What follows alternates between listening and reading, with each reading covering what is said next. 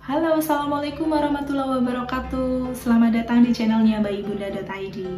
Bersama saya Bidan Riazia. Dalam video kali ini kita akan bahas tentang manfaat penggunaan bedong, cara menggunakannya baik, hingga kapan waktu yang tepat untuk berhenti menggunakan bedong. Nah, sebelum kita lanjutkan video ini, jangan lupa subscribe, like, dan komen ya. Boleh juga di-share ke teman-teman biar teman-teman bisa merasakan manfaat dari video ini. Yang pertama, kita akan bahas manfaat penggunaan bedong. Jadi, manfaat penggunaan bedong antara lain untuk menghangatkan tubuh bayi. Tubuh bayi itu memiliki kulit yang sangat tipis ya Bunda, sehingga perubahan suhu yang mendadak seringkali membuat dia kedinginan atau hipotermi. Nah, bedong ini bermanfaat untuk menjaga bayi tetap hangat. Kemudian, manfaat yang kedua yaitu untuk membantu bayi agar tidur lebih nyelelap atau lebih nyenyak. Bayi baru lahir dikaruniai beberapa refleks ya. Salah satunya adalah refleks muru atau refleks kaget. Ada suara sedikit aja atau ada pergerakan orang di sekelilingnya sedikit aja, itu bisa membuat bayi tiba-tiba kaget, bangun dari tidurnya yang nyenyak itu kemudian menangis. Tentu saja ini sangat merepotkan Bunda dan ini juga mengurangi kualitas tidur bayi. Padahal tidur bayi adalah kegiatan yang penting buat pertumbuhan otak dia sekaligus untuk memulihkan tenaga dia bila misalnya dia capek ya selama nenen atau selama beraktivitas main-main sama Bunda. Nah, bedong ini bila digunakan dengan cara yang tepat, dengan cara yang benar, bisa untuk melindungi bayi agar dia bisa tidur dengan lelap ya pada saat dia masih memiliki refleks muru seperti itu. Kemudian kapan sih saat yang tepat untuk tidak memakaikan bedong ini? Nah, refleks muru itu atau refleks kagetan biasanya akan hilang sendiri Bunda pada saat bayi itu berusia 4 atau 6 bulan. Refleks muru benar-benar hilang. Jadi pada saat itu bayi tidur, dia akan tidurnya lebih lelap, lebih nyenyak tanpa kaget-kaget lagi.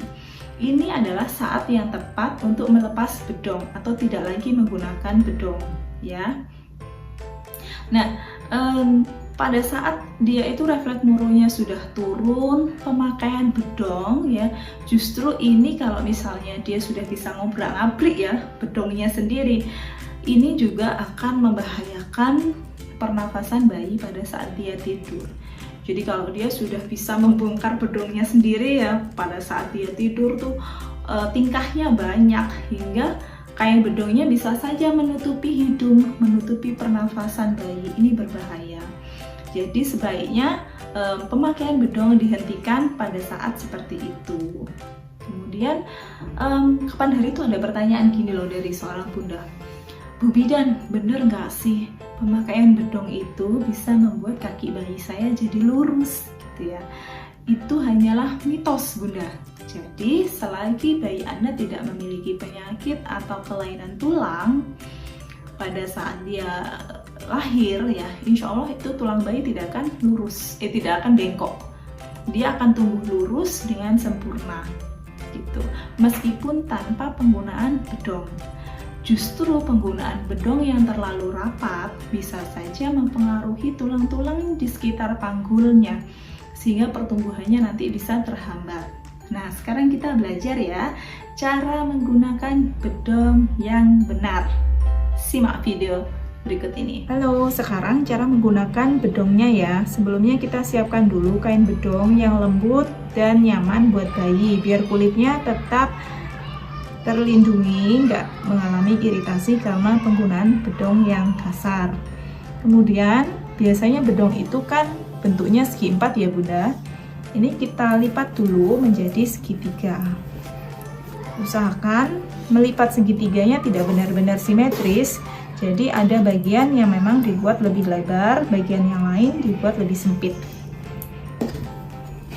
Nah, kurang lebih seperti ini ya. Nanti